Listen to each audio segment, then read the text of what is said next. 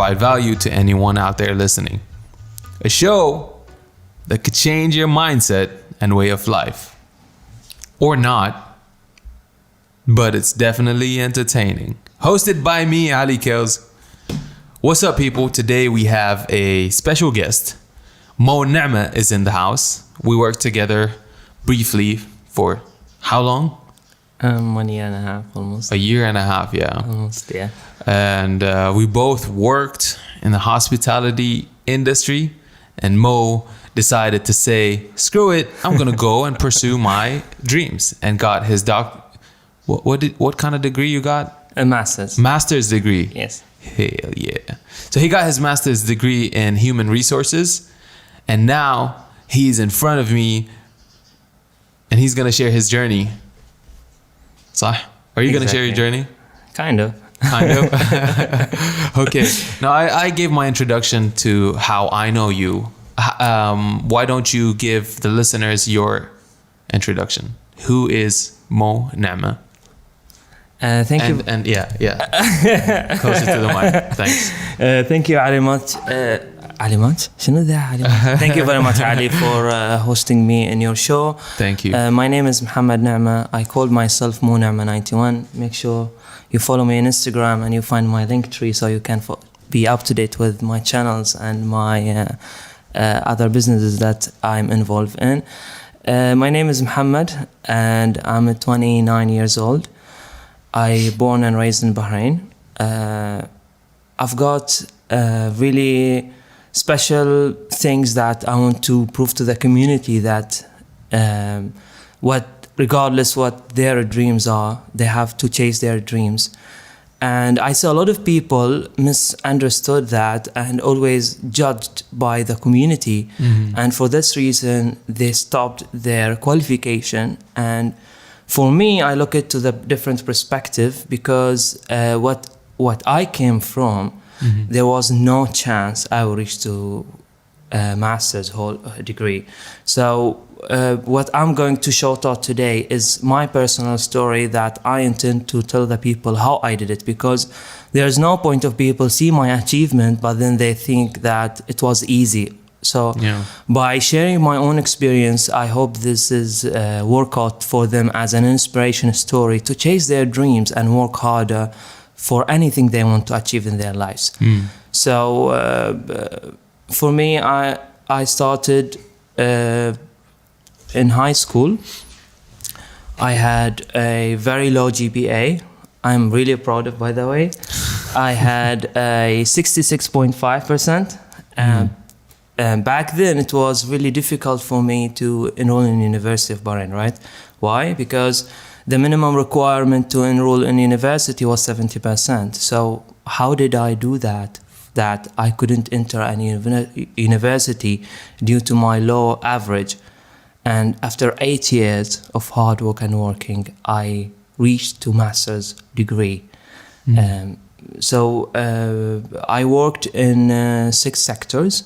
I worked 3 years and a half in retail sector. I worked 1 year and a half in hospitality, in Sofitel.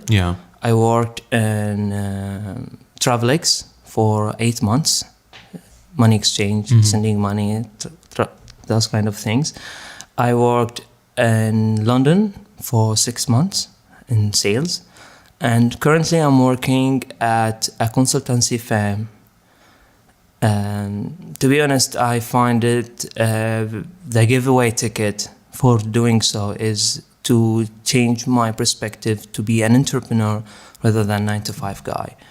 On the other hand, when it comes to study or the qualification, after the school, I went to study in BTI for 3 years for National Diploma in Finance. And then I go for Higher National Diploma in Human Resource Management. Then I went here in Bahrain, yeah? Yes, here in Bahrain. Then I have a top-up degree in UK, where I took my bachelor degree in business management. And then I went for master's in business with the human resource management. And this is how I did that. But why don't you share your experience when we were working together? Because I find it very fascinating. People would not want to put themselves in your situation where you had to go study, and then after studying, go to work, or vice versa. You go to work and then you go home to study for your exam the next day or something like that. Because I remember you weren't a full-time employee. You were part-time, and the reason for that was because you're studying simultaneously, right? Right. How was that experience, and what was different in your mentality? What was different than other Bahrainis that would like either only study or only work? Because I know other Bahrainis too, who did the same thing you were doing, is studying and working at the same time. So, to answer your question, I'll have to keep it in two parts, right? First part is about community, how they were looking at me personally in terms of that. It is very like cultural shocked what I have done, right? And second thing that I want to touch on is that how did I had this belief? Well, basically, like I said, it was hard for me to cope with university, right? So in order for me to do this, I have to work and study. The reason why I work is just because I want to have full control of my life, right? I want to spend on myself that I am the one who got the money, rather than going back to your father and say, hey, exactly, Dad, can I have some money? It's not that my father will not give me money. Don't sure. understand that. But I came my background that we are medium large. I would say medium to large family. We are eight kids in total. Kids, yes. Yeah. So I born in a family where I have big sisters and big brother and small brothers and sisters, right? At the same time, I had that feeling that I have to take care of myself. My father teach me anything that I need, but then I have to be a man myself, right? Yeah. So enrolling in college back then, it was a challenge for me because I need to find a job as well, right? So I work and study at the same time before I go to UK. It was approximately 5 to 6 years of working and studying at the same time. Why I have to do that both. First of all, I have to work so that I have some money. Yeah. Right? I have to spend on myself. I have to buy things that I like. I don't want to keep my father on pressure. So that I need that or this. I need 500 or 600 BD. This is not me. But then I have the way to get this money I need. But at the same time, I should not stop my study. So it was really hard to find a job that will allow me to continue or pursue my study. Yeah, I think you were very lucky to get the job. Exactly, but when it right? comes in Sofitel, it was something like serious. How did I did that? Because I convinced a front office operation manager on something does not exist. Yeah. I was the first and the last part-timer in Sofitel. Why? Are you sure about the last? Exactly, yeah, 100%. No, up to date, I spoke with Abdullah, my friend. He's still working there. So I told him, is there? And they say, you are the only one who done that. No. Exactly. Oh, damn, that's cool, man. So how did I did that? Well, basically, like I said, my first journey... Shut the bond for the studio, man. Sorry for that. It's all right, man. So what I did is, when I start first, I told you, the first 3 years and a half I was in retail, right? After that, things happened in 2012. Things got out of control, right? Yeah. I have to leave my job. And then I have to look for another job. Back then, I was just graduated with my national diploma in finance. And I was pursuing human resource management and higher national diploma level, right? So I sat with Mr. Rajan. He was a creative, smart guy in Sofitel. But then I convinced him in a way that we have either I go for night shift, full-timer, or a part-time, which everybody was in shock in the hotel itself. Like all my colleagues were saying me that I told them like, yo guys, I'm here for 3 days only. It's like, are you serious? I was like, yeah. Then nobody was believing me, man. They was like, no, you're joking. I said, okay, you don't believe me, then you will not see me. So how did I did that is that by convincing Rajan that I can get the work done, especially in the weekends where it will be really, really busy.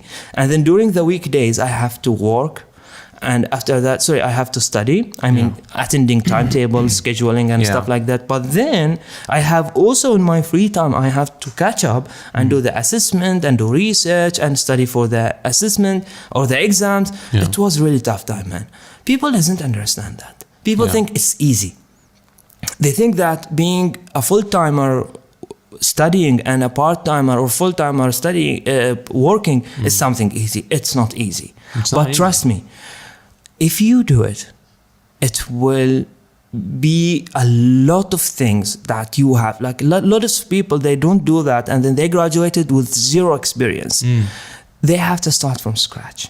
They do have to start from scratch, yeah. But if you are working and studying at the same time, it will give you a value that you were already in the market. You know how the things got done in the job market. Besides that, there is a higher chance if you got your degree, then you will be promoted in your organization directly. So you don't have to prove anything to anybody. Because you have the experience. Exactly. You've been working in that. So I said I will touch upon the community shock at the first when I answered this question, is that people in Bahrain, and I'm really sorry to say that, but people in Bahrain have wrong conception about that. Like, I respect my community, right? But then when I did that, man, like I feel like people will judge me just because I'm working in a hotel, like, oh, this is not good. Yeah, because working in a hotel is frowned upon somehow. Because, you know, before I worked for Sofitel, me myself personally, I even once while I was studying high school, I told my dad, hey, there's an opportunity where they're looking for part-timers in I think it was a 4-star hotel at that time. But he was like, لا ليش بتشتغل في فندق؟ لأن you know, there's a lot of drunk people, there's a lot of bad shit going down in hotels, and you don't want to be a part of that.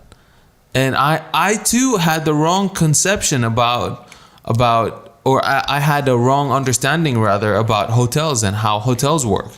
Right. Not knowing anything myself, I went to an interview. I answered every single question wrong, bro. The interviewer asked me, do you know what's housekeeping? I said, yeah, I know what's housekeeping. He's like, okay, do you know what's room service? I was like, yeah, I know what's room service. He's like, okay, tell me the difference. I told him housekeeping, they clean the hotel. Right. Room service cleans the rooms. He was like, why not have the same person clean both? I'm like, I don't know. So it was already stupid. Room services are the people who bring in food to the room, right? So yeah, myself, I had a misconception when it comes to hotel work, thinking that, you know, I had the same view as the community, right? Not being experienced at it. When I experienced working in a hotel, then I understood that it's not what people think. They have to, you know, get involved and get more education. One video I really like done by Omar Farouk, right, is, and I'll plug this in because I was in the video too. He made an episode in Four Seasons Hotel on how hotel operation works. Right. It's very, very entertaining to watch, and I'd suggest anyone in Bahrain to watch it. It's really cool. So for me, the thing that I would like to share before in that part of the question is that I worked as a concierge, billman, and billboy, if I say that, that's correct. Back then, like I said, I used to had a national diploma in finance, right? But then I accept this job because if I want to do the higher national diploma, it's very tough, by the way. And on the other hand, I need to ensure that, you know, I have to get some payroll. I have to be under some payroll, right? So, you know, to pay my bills, to do that and that. So what happened is I accept this role because I just find it interesting to utilize my time, right? And since I convinced this manager about something does not even exist, right? So I have to keep my word. And so I joined that, and a lot of people were looking at me in very, very bad way. They don't look at me, they perceive me, oh, why this Bahrain is working here? Why he's working this down job? They believe that I'm not educated. They believe that, well, look at him, man. Like, he's a poor guy that working in this shitty job or carrying some bags. For me, it wasn't the case, man. For me, it was, I'm a student. at the same time.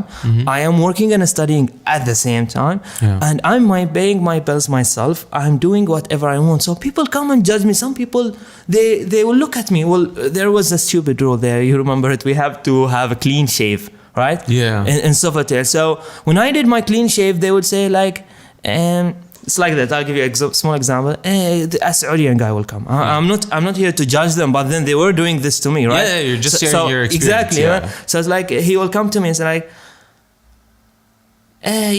there is the car, bag, bag. And I was like, so تقصد عندك شنطة في السيارة؟ Oh, أنت بحريني? It happens to me all the time, man. Come on, don't I look like I'm not an Indian, man. Like, pay close attention. And Although like, there's nothing wrong with Indians, though. I'm not exactly. I'm not saying anything. But then I was like, yes, I'm Bahraini. So what? Like, they say like, why are you working in here, or why are you working? That's this kind of job. I had those questions a couple of The times. stupid thing is they perceive that I am uneducated. I am working in very bad class or bad job, but then they don't realize what I'm doing. Man, you don't know me. Why on earth do you judge me? Because people have this thing where they feel like they're entitled to give you their opinion. Like, here, take my opinion. You need it. Keep your opinion. I don't need your opinion, man. But that's the thing. That's the generation, or not generation. That's the society we live in. Everyone thinks they have their fucking opinion. Sorry for this, but everyone thinks they have their fucking opinions that they can apply on you. They judge you based on what they see. They don't know what's happening in the background. They don't know that you're this guy hustling and struggling. Exactly. And, working and studying at the same time is not an easy thing to do. Exactly. And for someone to come and shit on you and give you their opinions that means nothing does make you feel bad. Exactly. Did it make you feel bad? Yes. It does make me feel bad sometimes.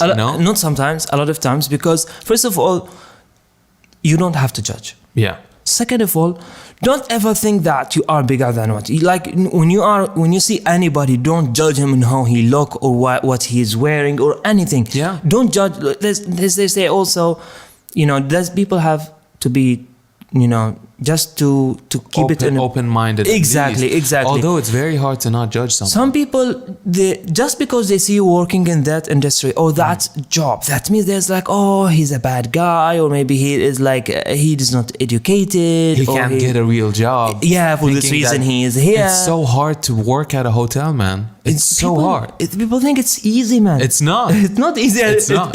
What thing is, it's not rewarding at the same time. We are not receiving that amount of salaries, right? Well, sometimes it's not rewarding, but you gotta admit, sometimes the tips speak for itself, bro. I won't deny that. I won't deny that. If you meet like the Saudi prince and then you just take his bags and boom, there you go, 100 BD. I'm not actually. This thing is actually in this perspective, Ali. Yeah. Man, there's many times I feel really sorry for myself to not to be angry on those kind of customers. Lots of customers, they find a way. Who judge? No. The same people, some of them, they do it entirely wrong. How? For example, as a hotelier, then I have to carry the bags, right? I have For me, it was only a way so that I can pursue my higher national diploma and move on. Yeah. So as soon as I am fit in a schedule, people doesn't realize that I was working for 3 days. But when I was in retail, it was even tougher because I was a full-time in job and in school at the same time. Full-time. But when I was in higher national diploma, I was working in Sofitel back then with you, right? So I used to come 3 days, Thursday, Friday, and Saturday, where those days will be very and extreme. The occupancy is high, 90%, 85%. All Saudis will come. They will come to Sofitel. It was absolutely busy overtime. Busy. They generate a lot of money in this area. I know, 100%. But then, for me, I have to catch up for 5 days in BTI, where I used to study, and at the same time, I have a timetable. I have assessment. I have exams, and I have a work. So I don't have a free time. I stopped being socialized with people because obviously I have no time. I have no friends back then. I have very, very limited friends because I have no time to friends, right? So people will see me. I will see them in 1 year, maybe another year. I will see my friends again. I don't have the time to see them because I'm busy as fuck when it comes to working and studying. And at the same time, I have to attend the classes. I have to do research. I have to write exams. So it was difficult. Yeah. What I was this kind of things that were killing me, bro, like for real, which was the people when they tip me, man. A lot of Bahrainis, and I'm sorry to say that, but then this is reality, right? They feel like sorry to give me money, man. Oh, you are working here, and they will look to me the way they look at me like I'm a poor and begging for money, man. Well, this is not the fucking case, man. I'm trying to give my good customers or guest service that I will come to bring the bags, and then I will directly leave. I'm not waiting for them to tip me. But then there's lots of people here in our community. They were tip me and they were giving me that look, man. And I was like, I don't give a damn about your tip, but then don't give me this look, man. 100%. You don't know me. So they would think like, 100%, he's not educated, he's in this life of job. I mean, come on. Like a gentleman, you have to be a gentleman when it comes to tips. Exactly. What I used to carry that I will do my service to the best, but my intention not to get any tips. Like, of course, there is misconception because people think, well, obviously our fingers are not the same, right? So there is some bellboys. I'm saying there are some of them. When it's come to serve their customer or the guest, they do it for tips. Exactly. So they will do some kind of things. Even some of them, they have the courage to say, "Will you not give me a tips today, sir?" They have that kind of thing. But the thing is, sir, I want tips, sir. But then people misconcept that all of people is the same. For me, I don't do that. So they will think that I will come and put these bags and I will try just to go outside directly. I'm not waiting for anything. If he calls me and gives me something, well, thank him very much. But what I do hate is when those particular people giving me that look and they're giving me some tips, like they will ruin my day. Even though I come up with a 20 BD or 30 BD in my pocket, my mind is truly occupied with that exactly, thought that and this trash person is the whole looking day down at you.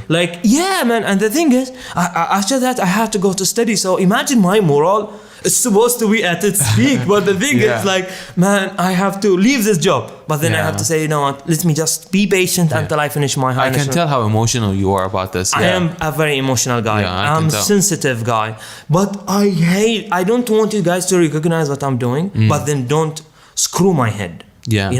Don't give me this kind of things were killing me because, this is what I'm doing to live my life, and luckily enough, I have done it. I have nailed it.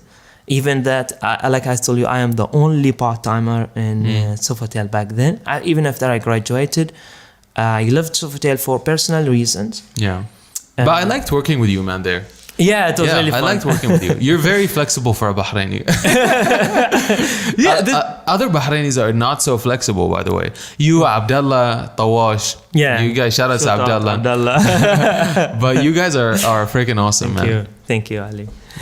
For that, I would say it was really.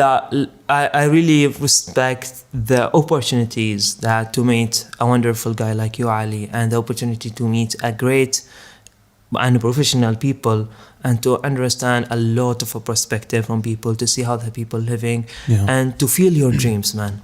So that was my dream. That how can I close that thing and then come up with the new thing. So the thing it was with me when I had finished my high national diploma, the story that people has to know that they promised us that we will have a top-up degree in university in Bahrain.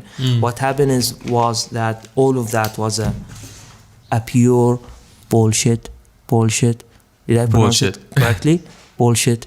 Why?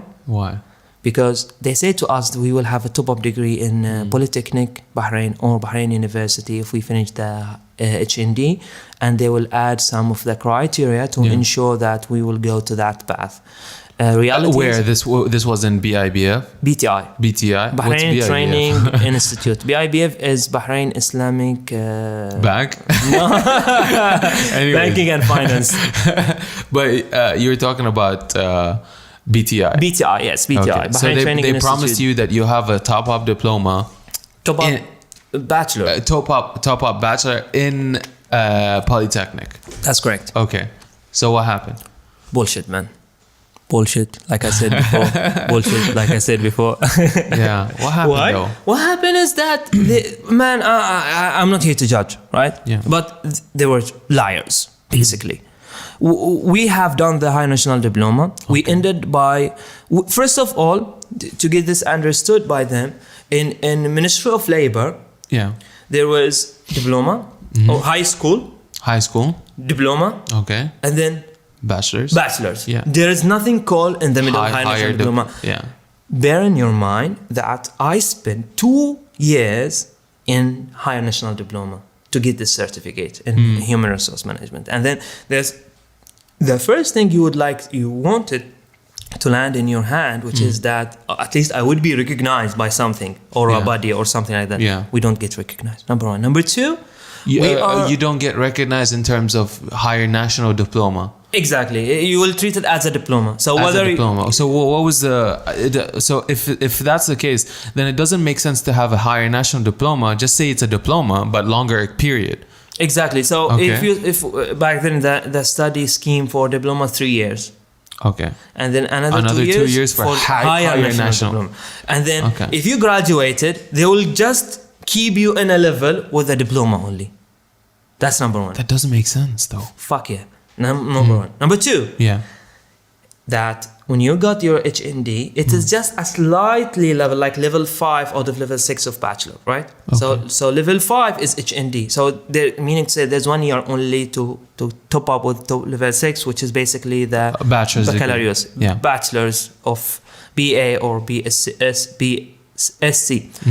So second thing, no university in Bahrain will top up your study. Like you won't have the accumulated of your subject. But didn't they promise though? Exactly. So how did they promise if no university would do that? Well, basically they said to us, we will push to have that. So they told you they would push. Exactly, and they promised They us ne- to have that. So They never no, did. they promised or they said we will push, because it's two different things. When I say I promise you that I'll give you something is different than when I say I promise you that I will push for you.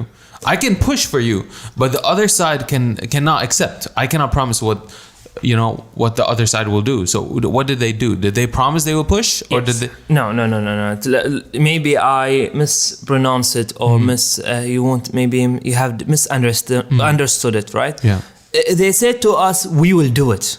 Oh, they said we will do it. Yeah, like Then that like, changes everything, bro.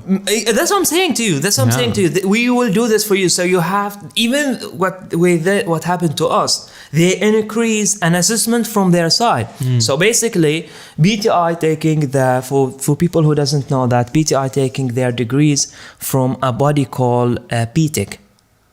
Which is where in UK? In UK, right? Yeah. It's a professional body in UK. So they took their certification from BTEC, right? That time, they even promised us, so in order for them to do that, they have to add extra assessment from BTI sides. So that what they used to call us, that we will have a dual degree, kinda, right? Okay. So they increased the assessment. Keep in your mind that it's meaning another... More fees, man. Not more fees, more assessments. But you don't And pay more for those. exams. No, it's the same It's thing the same you'll pay. thing. Yeah, Okay, there's okay. nothing wrong with the payment, Then right? that's what I'm trying to understand. What's the reason behind it? Man, Wasting why- time or I have no idea, man. Maybe they can I thought if it was about money, then they would increase it so you can pay for more assessment fees. No, it wasn't about money, bro. Nah. What? Yes. And guess what? It's What? meaning another assessment, another exam Yeah. for the same subject. So I will have to do a BTEC exam and I have to another do one. BTI exam It's like at DJ, the same it's time. like DJ Khaled, man. And another one. And another one, and another And one, another and one. I'm working as well. And another one, I have assessment from here, assessment from here. Oh my Man. goodness. Reality, Yeah. that was only a trash talk. I'm really sorry to say that, but that's reality, right? Yeah. And after I got my higher national diploma, I resigned from the Sofitel, like I said, because I have not seen any improvement when it comes to career path and career growth. Yes, I accept to work with you here when I had a national diploma. Yeah. And I got my higher national diploma, but then there is... But you gotta accept that you gained specific skill sets a lot of working skills. in exactly. in Even in a hospitality, small, even in a small job, the opportunity to meet people, Yeah. higher caliber of people. yeah, high profile guests Exactly. too. Yeah. I'm really well connected to a lot of high caliber people because of that, and I am so humble when it comes to talk with them and speak with them and showing them who I am, right? Because I know I am different, but then I just want somewhere where I have the ability to pay my bills, right? Yeah. So for that, I'm really thankful. I'm really glad that in my journey, I crossed this kind of a lot of, like I said, I have different 6 organizations experience. So back then, there was no Excuse me. career growth.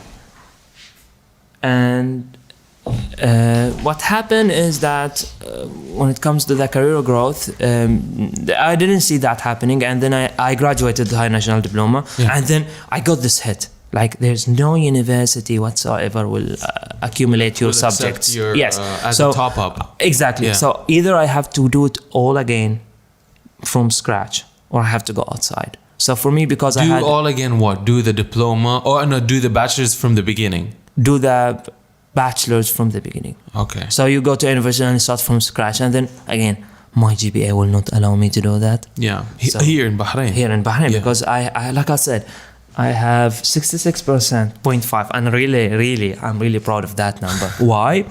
Because back then, I have a contingency plan set in a place that if something goes wrong, then I have to do it and leave country and go abroad to pursue my university degree. So I did that. I applied. I worked in Travelex back then for 8 months until the things sorted out. I have been waiting 2 years to get this. So basically, when I graduated from high school, it was on 2009, and I went to UK in 2016, and I came back 2019. So what You've I been did- away for a long time, huh? yeah. So what I did is I applied for, well, basically I helped my father. I supported him. He supported me. I gave him all my savings. For the first year, I paid like half of it, and he paid the other half. The reason for me to do this is Paid what? The whole thing. fees, Yeah, it's ridiculously expensive, right? Of course. And on the Yeah. other hand, we are 8, like I said. Yeah. So for me, I have to, put something. The first reason for that, I told my dad, I still remember that. First of all, I want to be part of this project. Second thing that, okay, I want to be having a lot of responsibility, right? Why? Bear in mind that if I'm going to do that, I will feel that all my savings in this 5 years is going to be like I have it in my hand, right? So I'm just like, I'm gambling with it, like a dice. I'm rolling a dice, right? So if I'm rolling the dice, I have to make sure there's everything I have in this 5 years in the line. So I'll have more responsibility towards achieving more. In university, if I give you all that money, right? On the other hand, I'm traveling outside. I don't need this money. The living in UK is so freaking expensive. Like a lot of expensive. Like in 400 BD for living for yourself only, 400 to 500 BD depends on where you live. And but I was living in northeast England, and I lived in London as well. But I'll tell you the story later. But I live in northeast London. It's cheaper, way cheaper than London or Manchester or Leeds cities. Those are more expensive. So northeast is cheaper than them. But then you need at least 400, 500 BD per month, right? So I pay that For living expenses. Yes. God damn, that's so expensive. Yeah. Oh fuck. So approximately around 8 to 9K per year for the bachelor degree. So I had this contingency plan. So I told my dad, and everybody was supported me to do that. So I feel like, you know what, this is the right opportunity for me.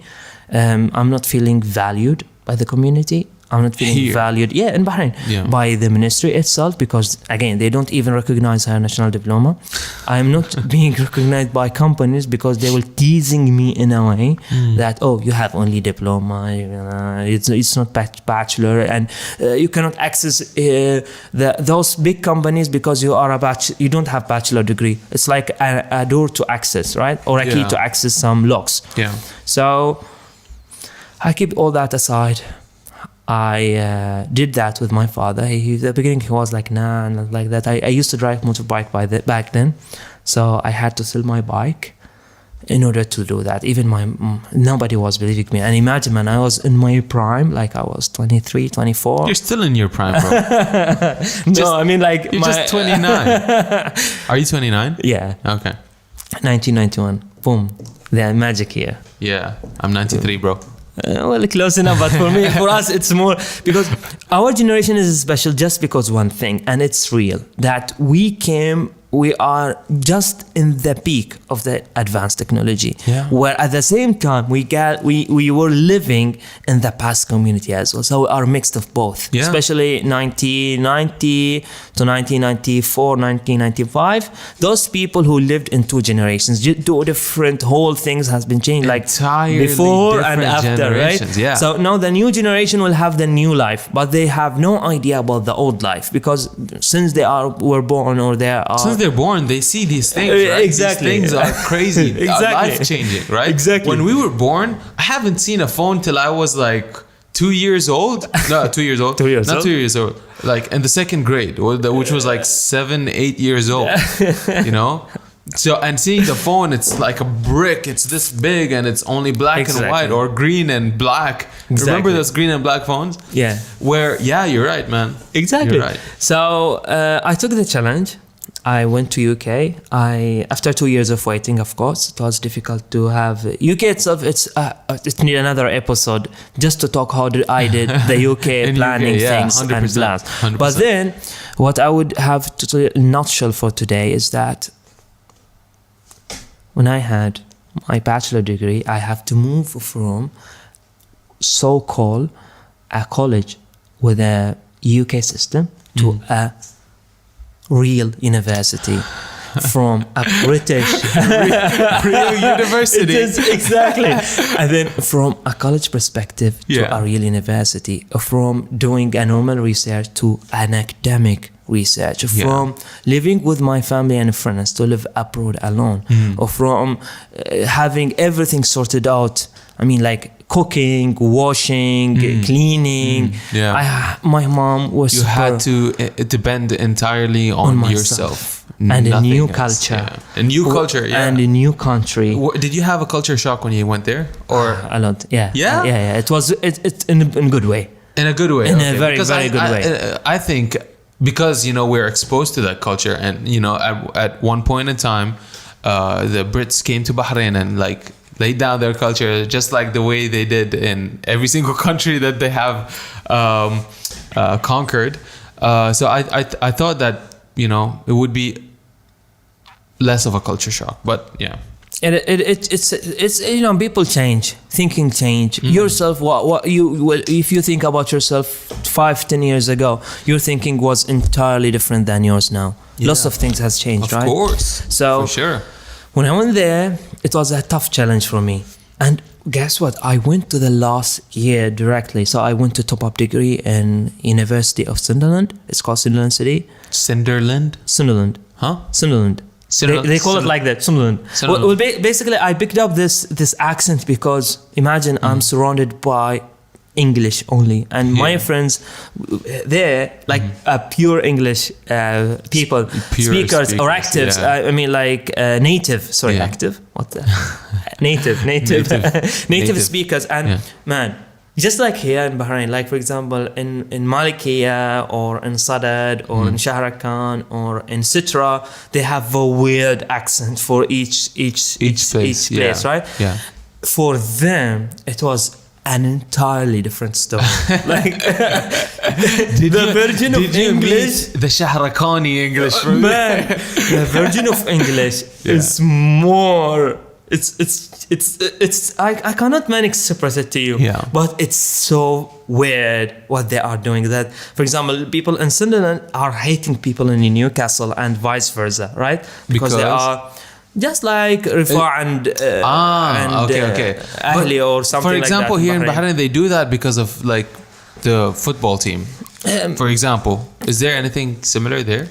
Oh man, they are in love. For example, Sunderland team versus Newcastle team, they are the neighbors, right? It's like 30-minute trip between the both cities in overground, I won't say underground because it's overground train, right? It's approximately 25 minutes ups and downs. Yeah, it's like from here between to the both. Manoma And yeah, exactly.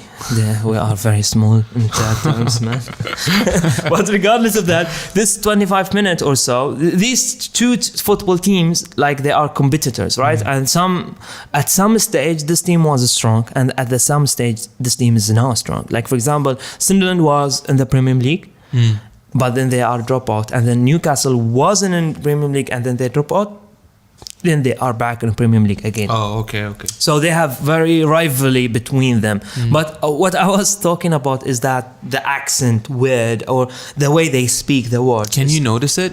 Man, it was difficult for me to cope with that. I'm but good you at notice English. the difference between them? Of course. I'm living there. Like, no, I'm asking because if some of my friends who are not Bahraini, they hear accents, right? They say, okay, if you bring someone from Sitra and from someone from Rifah, they wouldn't tell the difference in accent. That's why I'm asking. No, you can easily distinguish. That. Yeah, easily distinguish. That's just it. You can as soon as you hear it, you're like for them, it's like they are eating the last word. Like she means center. Ah, okay. Who says that? For example, people in Sunderland, they say sa'a. Okay. Wa'a. Wa'a. Can I have wa'a, please? Can I have water? What? People from London. From London itself, it's totally different story. Londoners, it's represent people who are living in London, right? But Londoners, they have the people inside there. The people, some of them are educated, so you will hear their accent differently. Some people are not educated. I would say the other people are working class, right? Or not a professional and working class, because there is a professional class. They are like an entrepreneur, and guess that kind of entrepreneur in London, it means they are high level entrepreneur. And then there's the working class, like 9 to 5 and stuff like that. So some of them, they have this accent like, what's up, fam? Like they have what's up, bro? Yeah, they have different accent, and this I really attached to when I was working in London, because imagine I am surrounded by 40 employees, and then all of them they're speaking in that accent. So I have to understand their accent, and then I have to apply it to whatever I heard, right? I have to understand, and then I have to reply to them. So at the beginning it was at every stage it was difficult to at the start, but then slowly you will start to grasp more, you understand more, and you will easily understand and reply to them. So I took the challenge. I went to Sunderland, and I got really high mark. Nice.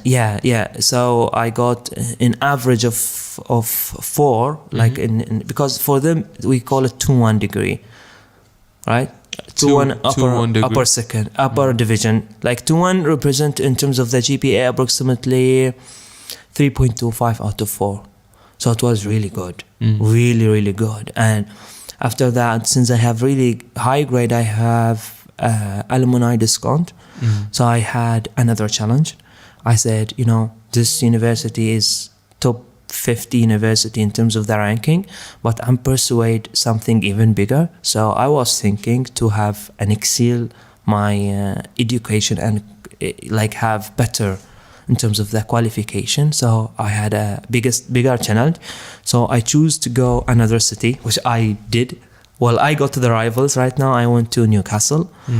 And then I wait, before that, how long did you stay in Sunderland? Approximately 1 year. 1 year. Yes. Okay. So, And then you went to Newcastle. Yes, I took my bachelor in business management from Sunderland, and then I have a better offer from Northumbria University in Newcastle city.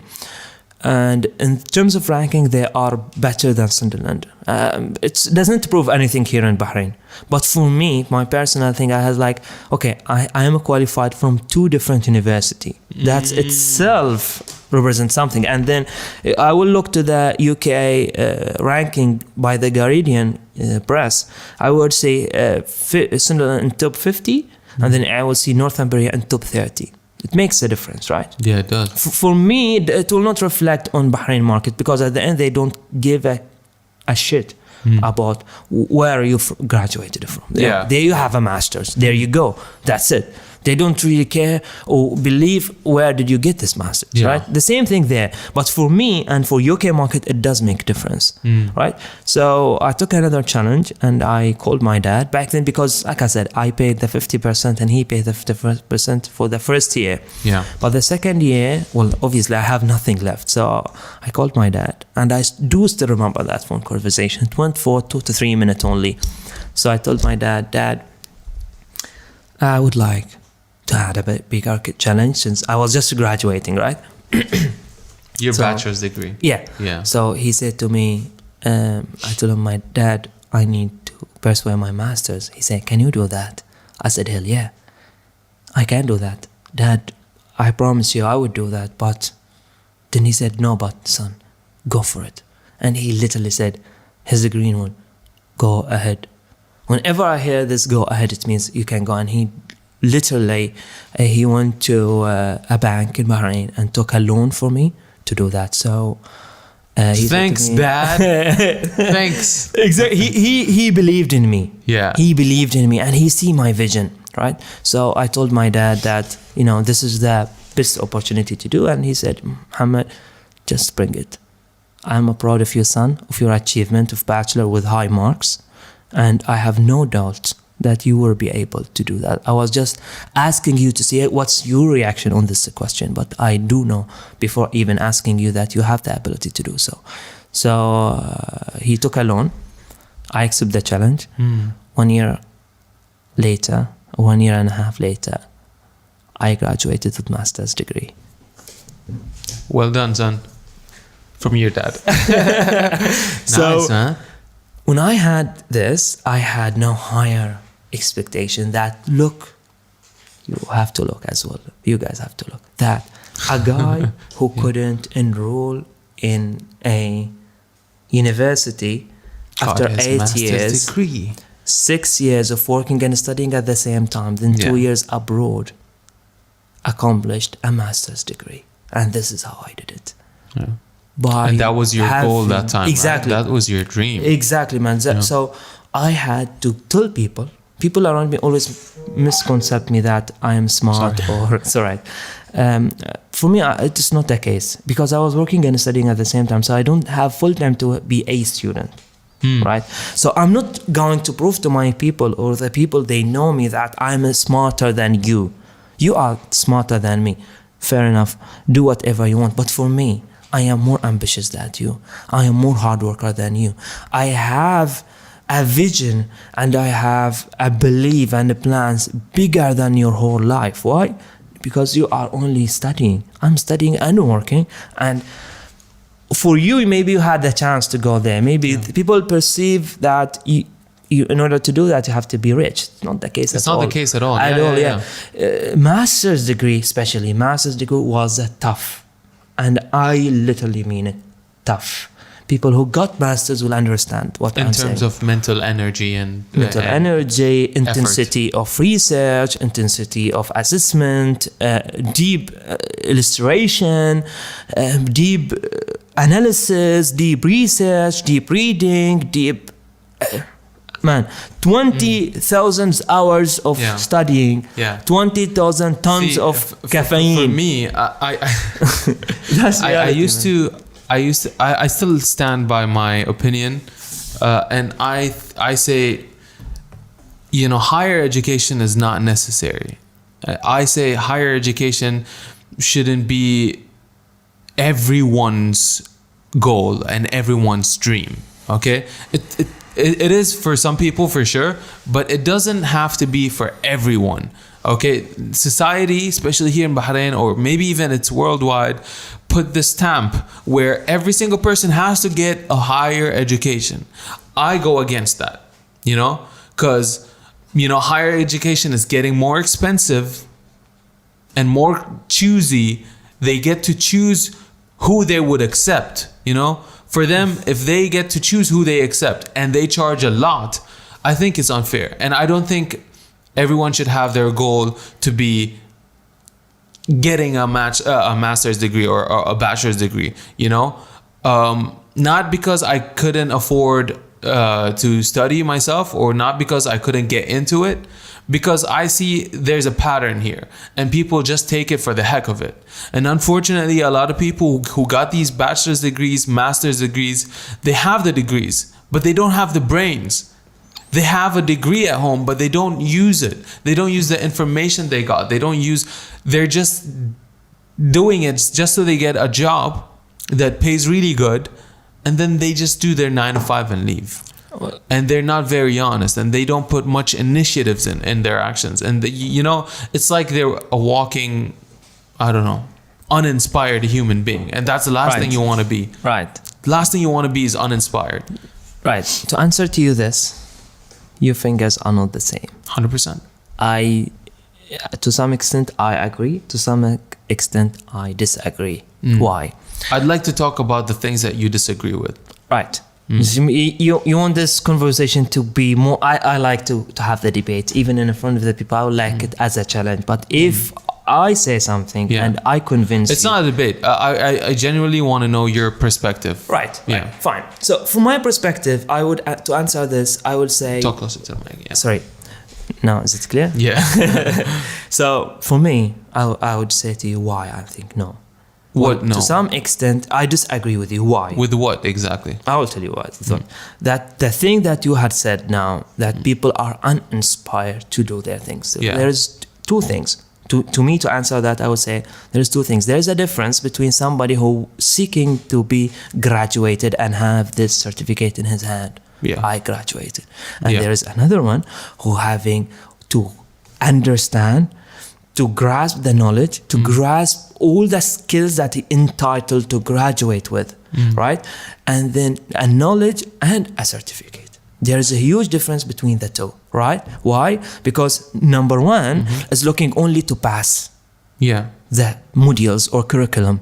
Number two is looking to find the knowledge and learn the knowledge and grasp and apply them. Exactly. So when you talk about that, I would answer you that by saying that, well, me, number one and number two will have a certificate at the end, right? But then number one have the certificate, number two have the knowledge, the skills, the certificate, and how to apply what he learned in the real life. And I'm with that person. I support that person. If you're a person who's like that, of course, man. Go ahead. But my issue is, why would you? I mean, if you can do it, you can do it. Fine. If you want to go just for the diploma, go ahead and take it. Or not the diploma, for the degree rather. Go ahead and go spend some money and take it. But what I'm saying is that it doesn't have to be a society. Like in the society, it doesn't have to be a necessity, and you don't have to look down on people who did not get the degree. Exactly. I'm just at this point, I'm just comparing between number one, number two, not the people number one, not the people from not university or not educated. So to keep this point more clear to the people, right? So why I said that, because number one and two, this is personally happened. Say for example, now when it comes to skills, right? University will ensure that if you pass the module, or if you do the assessment, or if you do the exam, you will get the credit or the passing degree. I mean the passing mark, right? But then there are something underpin those knowledge, like for example the skills that you will gain from that, right? For example, research, right? Problem solving, communication, right? So let's take a small example, not so people can understand as well. So if that person It happens to be that he purchases his assessment. You know, in this life, there is people buying degree. A lot of people, I was really 100%. happy when there was a huge move towards high caliber professionals working in ministries that they are having fake degrees. And I was so surprised that the government of Bahrain did that move and publish it in a newspaper that we are going to fight for this fake degrees, because I really appreciate that, because Yeah. this is a really value for me, because if I have a legit certificate, You spend time, you spend money, you sacrifice a lot of about things. money, like I said. Man, these people who have the fake degrees just spent money to get those fake degrees, right? Yeah. But you spent, sweat, blood, tears, everything. It's not about money, like I said. Even rich people. Yeah. It's not about even people who come from. For instance, that most of the people, or the people I find from Bahrain, they were in UK. Most of them, I would say, not most of them, I'll say 70%. I don't want to be biased, but 70% are graduated from private schools, which means their education is much higher in terms of English. Man, for God's sake, I graduated from local school, by the way, from government school, and then we were taught English ABCD when we were 4th grade. Yeah, that's true. Man, 4th grade we are learning ABCD. Yeah. For them, maybe However, it will be, it's changed now. it's changed now. Yeah, but back then, 1995, 96. 96, yeah. Man, it was different They then. started teaching us grade 4. Grade 3 was like ABC, man. For you, That's it. maybe that's it, because you are 94, you said? 93. 93. Yeah. For me, 91, we grade 4, we know ABCD. Oh, okay, okay. Man, like for you, at least you get it to the third. I got it from the 3rd grade. For us, it was 4th, man, imagine. Yeah. But then, it's not about that. It's not about that. It's about your ambitions. It's about your target that you want to reach. Right? Yeah. So what happened? So between number 1 and 2, there's a huge difference, right? So this guy, number 2, he would pick up the research skills. He would pick up the skills embedded in curriculum. Now university, no, both number 1 and number 2 graduated. What you have seen in your life is number 1. What I have seen in myself is number 2. Why? Because I took that I seriously. have seen number 2 too. And I see number 2 in you, and I see it in a lot of people. What I was saying, what I stated, is that the societies look on people who do not want to pursue higher degree. That's where I stand, because it doesn't have to be a necessity. Now society makes it a necessity. Whenever you wanna be successful, you have to get a degree. You have to get a higher degree. Can I say something? Sure.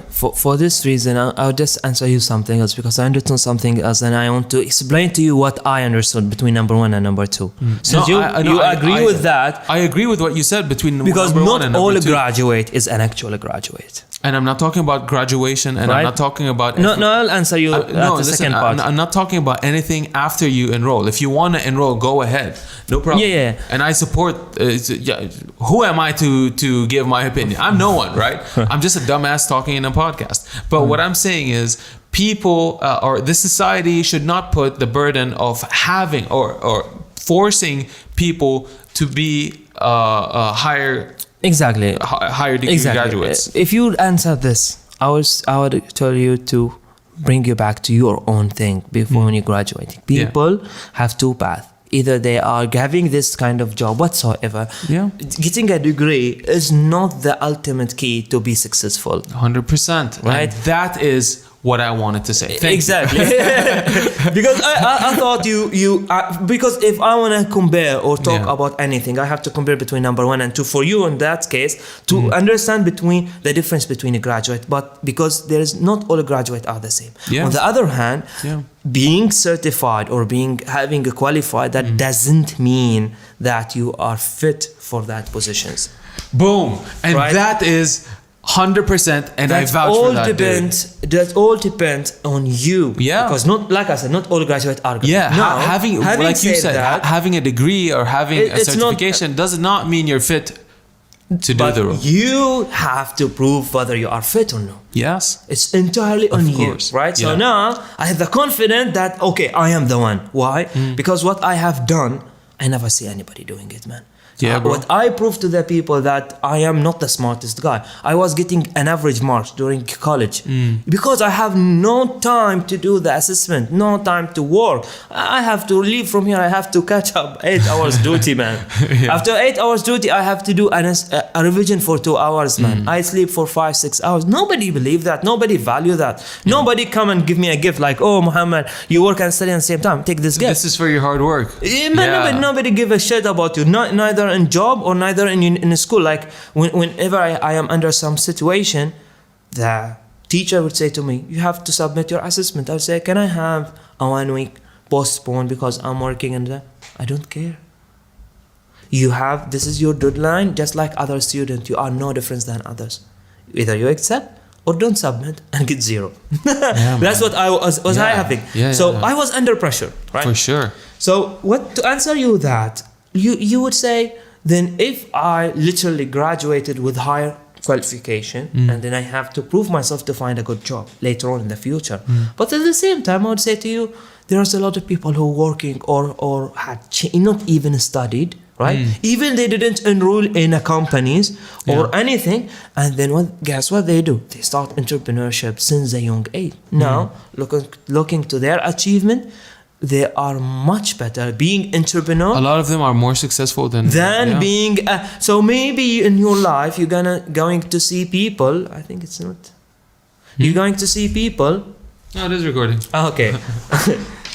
You're going to see people, right?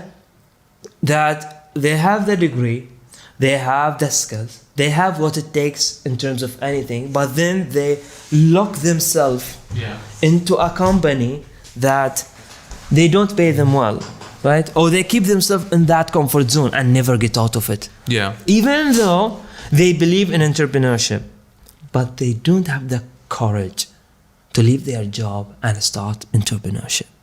There's a huge difference. A lot of people, a lot of billionaires, they had mentioned that there's no one reached that status with 9-to-5 job.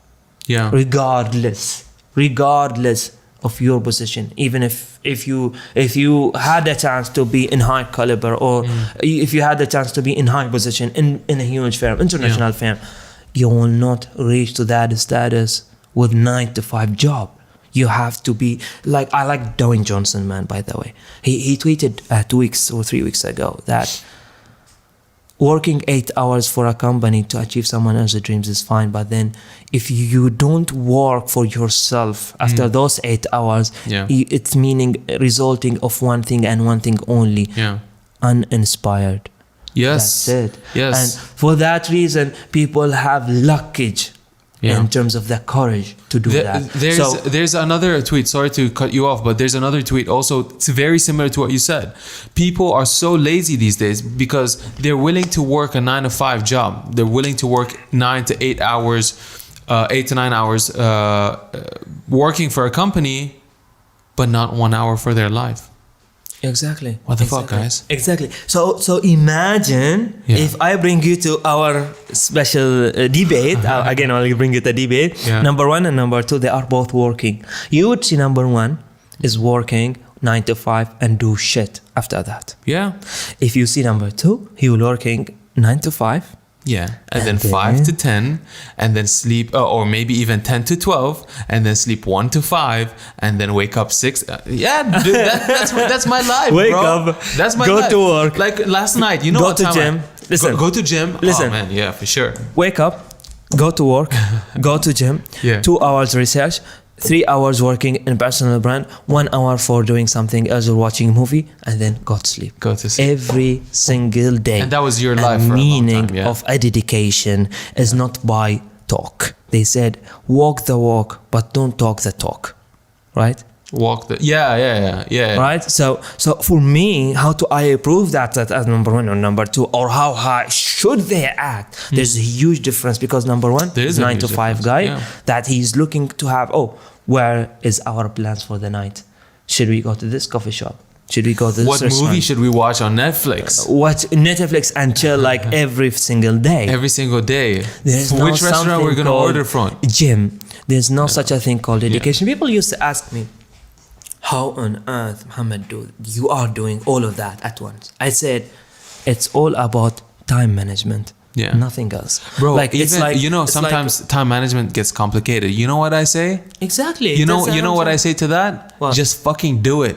Exactly. Just do it. You don't have the to. slogan of Nike literally saying to you, just do it. Yeah. And then you are not doing it. Like, people say, how could you fit this? I said, okay, basically I am a human being. I have a brain. I'm not saying I'm the smartest over here, right? But then at the same time, I'm saying something very important, that it's like building a foundation. True. If I come today and I spend 2 hours in research, so it's like I put one block onto the other. Yeah. The next day, I will come to do a research for my brand. So it's one point to other. The third day, I will come. You keep building upon that. Yeah, I will have to come to work in my personal brand that I'm working on, or my personal project, or my personal whatsoever. Yeah. I'm involved in 5-6 things, by the way. But sorry to cut you off, Mo. I think I got your point. And speaking about time management now, I think it's time to end the podcast very soon. But before we end it, I want you to talk about, final remarks before we close this episode. Sure. And hopefully there will be another episode continuing this and touching base with a lot of things that you really wanted to talk about. Sure. Right. Sure. So from my side, it's a real pleasure to have you here. I do appreciate your time, and I do appreciate you sharing your experiences here. Unfortunately, we gotta cut it short. It's been an hour or so. So I didn't even feel about this. Same here. The conversation was lit, bro. Thanks. Any final remarks? What the final remark is, to the people out there listening to us from this Alical's production, make sure to hit first, before I say the final remark, make sure to hit the like button. Make sure to hit the dislike button if you don't like, and write your comment why you don't like. It's a way to helping us to provide more content that's relevant to you. By clicking dislike, it's actually a good way to see that people engage with us. So we are giving you our time not to talk trash, but to give you something, a different perspective that you like. And the best thing to do that, to value our work, is basically by hit like button or dislike and comment why you like or dislike. And this will going to help us. And don't forget to subscribe, and don't forget to follow me as well. How long have you been a YouTuber, bro? This is I like your final remarks, man. It's better than what I do. I usually say don't forget to like, subscribe, share, blah blah blah. No, I like this is game. the way you have to challenge people. Yeah. People, I challenge you. Now, this is my first episode. Make sure to follow me as well. My name is Mo Na'ma. And if you go to my Instagram account, you will find Linktree, where you will find everything about me. Make sure, like I said, to hit like, dislike, subscribe, and comment. And if you don't like it, just say why you don't like it. What I want to say today, this is, obviously, I cannot cover everything in one go, right? Yeah. So I promise people to have more episodes to come. Cool. More entertaining, more ideas, and today we touch upon a small in like small things from each point. But what I want to say to the people, my final message to you guys, is work hard, achieve your dream, and work towards your dream, regardless of what people say to you. If you don't get inspired by people around you, get inspired by yourself, get motivated by yourself, because nobody is doing that for you.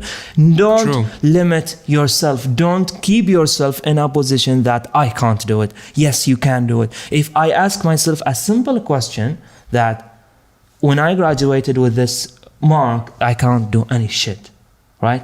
But then I believed in myself. I start working and studying at the same time. 8 years later, I got my master's degree. Even my classmate, until this moment, everybody can approve that. I can bring them here to say it in front of the camera as well. They don't believe what I have done. It's just because I had a belief. There was a belief, a determination, and perseverance and hard work. And if you keep those things in your mind, regardless of where you want to reach, keep those things I said right now in a plan and work for it. And trust me, 3-4 years later, you will reach your goal. Thank you for... Boom. That's a nice. Thank you, Ali, for Well hosting done. me. Well said. This Cheers. is actually my first YouTube challenge, and Yeah. lots of people, by the way, I just want to throw this small Sure, thing. sure. Lots of people, I like that, man. When I want to ask them about their opinion, right? So they tell me, Muhammad, you have to, you have to practice in front of camera. A lot of people tell me that. For me, I said no. Why? I want to prove myself that I can do it. So I don't want to come here with a prepared anything. I just want to come here as a prompt speaker. And that's proof that, to prove to people that I have the public speaking skills. Not by practicing. By having doing, it. Habibi, by Doing it. doing. Thank you, kids. Boom. Oh. See you. Oh, Boom. Boom. thank you. And like I said, If you guys are still watching this, then most probably you're weird as fuck.